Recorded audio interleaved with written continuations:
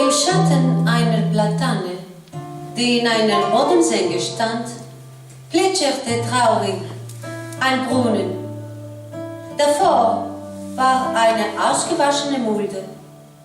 Hier hinein stürzte sich geschwätzig das Wasser. Skambouras hatte sich diesen Platz seiner Einsamkeit wegen ausgesucht und hierher kam er, um seinen Tag zu verbringen. Er aß, trank aus der flachen Hand und legte sich unter den Baum, um auszuruhen. Bald schloss er, vom Lied des Wassers eingewickt, die Augen. Da traf ihn ein Platanennüsschen und weckte ihn. Er öffnete die Augen. Eine zweite Platanenfrucht, die auf ihn zuflog, vertrieb ihm endgültig den Schlaf. Doch das Nüsschen kam nicht allein. Es brachte einen mit Garn befestigten Zettel mit. Skambouras sprang hoch und suchte überall nach dem Absender. Ringsherum rührte sich nicht ein einziges Blättchen. Er knüpfte den Faden auf, nahm den Zettel und las.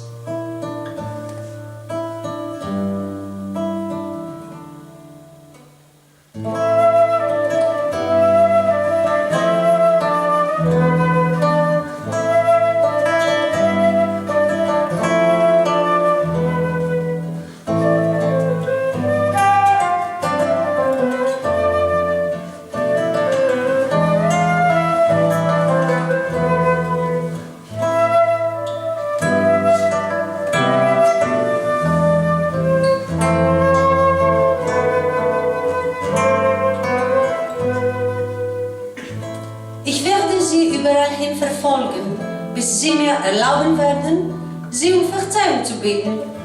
Und dann werde ich mich zurückziehen. Doch bis dahin werde ich nicht nachlassen. Und wenn man mich von der Schule jagen sollte, das kümmert mich nicht. Ich habe vor niemandem mehr Angst. Ich schrieb diesen Brief heute, am 1. Mai, auf unserem Ausflug Veliko Brinola aus der 2. Klasse.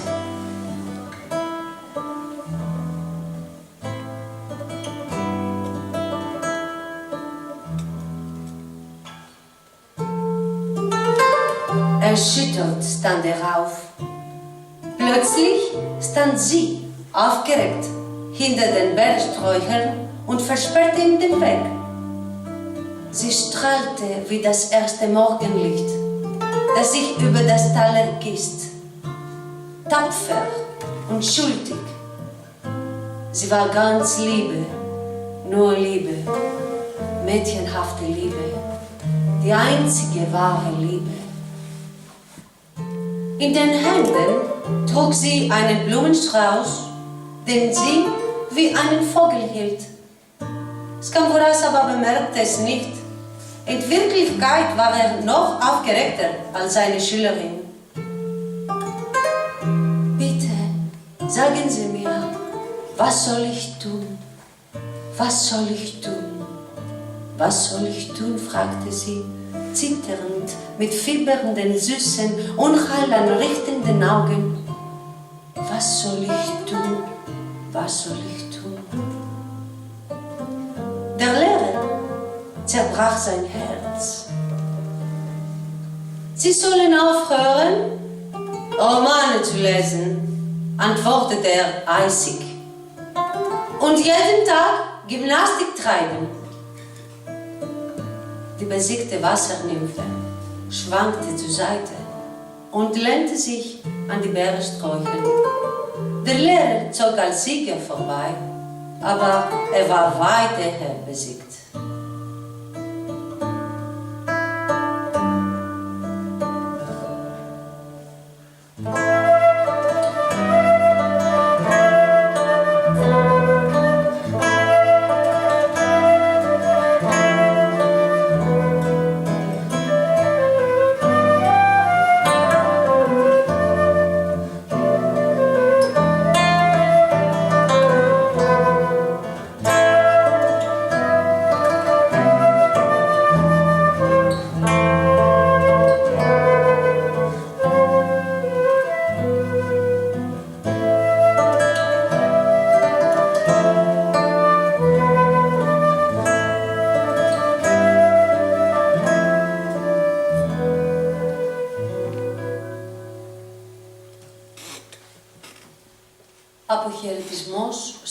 ουρανικό ήλιο.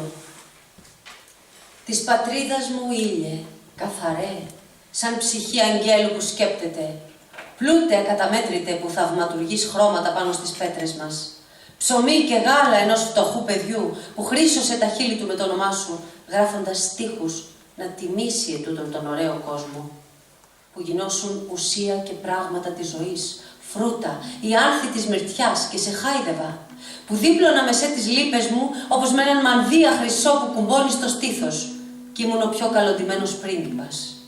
Ήλιε μου, σ' αποχαιρετώ.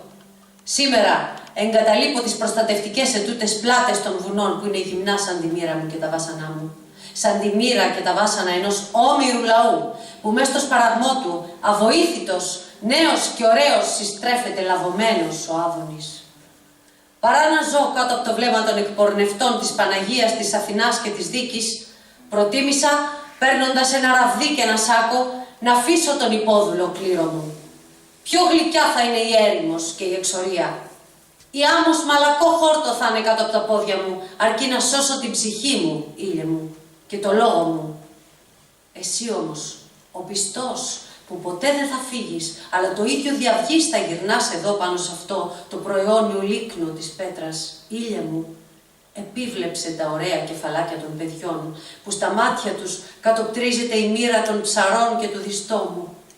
Επίβλεψε τις μητέρες των όσιων και μαρτύρων, που εμπρός στα δεσμοτήρια από την Ανατολή σου ως τη Δύση σου, επιμένουν αμετακίνητες, με τα πρόσωπα πετρωμένα, να τις δείξουν τα παιδιά τους, να ειδούν αν γνωρίζονται.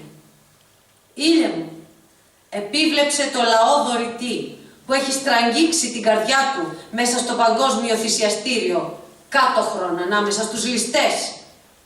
Τις κραυγές που χτυπιούνται γύρω από το δήμιο γυρεύοντας έξοδο, δεν μπορεί να τις καταπιεί το υπόγειο σκότος.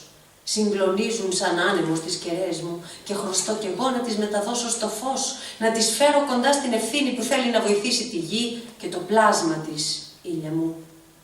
Εσύ, μακροχρόνιος, κρατεός και ανεξάρτητος, γυρνάς πάνω απ' όλα, μα εγώ δεν μπορώ στα προσβλημένα ιερά να κάθομαι ανάμεσα με σκυμμένο το μέτωπο. Δεν αντέχω να βλέπω την αρετή γυμνή με το ρούχο της κουρελιασμένο να κρέμεται από τα δόντια του τσακαλιού. Λεκέδες το φως σου να γιομίζει από το ψεύδος. Διορισμένοι βασιλιάδες που το ανάστημά τους δεν φτάνει ούτε ως το γόνατο του τελευταίου χωριάτη μας. Εμπειρογνώμονες με ψυχές από νάιλον, πρετοριανοί σπουδασμένοι στο Auschwitz, πυροβολούν την αλήθεια. Κάθε που βγάζει από τα ιερά μας άλση το κεφάλι, τραυματίζουν τον Παρθενώνα και τους τίδε κειμένους. Δεν επιτρέπουν να υπάρχουν ποιητές στο χώρο της Δάφνης. Σβήνουν τα γράμματα του αλφαβήτου. Φιλοξενούμενοι της αιωνιότητας έμειναν χωρίς κατοικία. Το πνεύμα του Εσχύλου δεν βρίσκει πλέον ούτε όσο χώρο πιάνει η φωλιά ενός γλάρου στο Αιγαίο Πέλαγος πάνω σε έναν άδεντρο βράχο μας. Αν είναι ο πόνος το πιο αιώνιο πράγμα που πρέπει κανείς να υποκλίνεται μπρος του με σέβας, τα δάκρυά μου γιόμισαν μέσα μου όλες τις κοίτες. Τα κόκαλά μου θα γίνουν αιώνια ποτάμια, αναζητώντας να βρουν μια συνείδηση που να ακούει.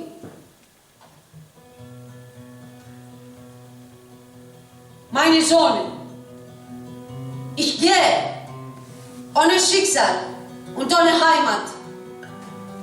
Hoffe nur, dass die Großen, die Griechenland halfen, Erben besitzen.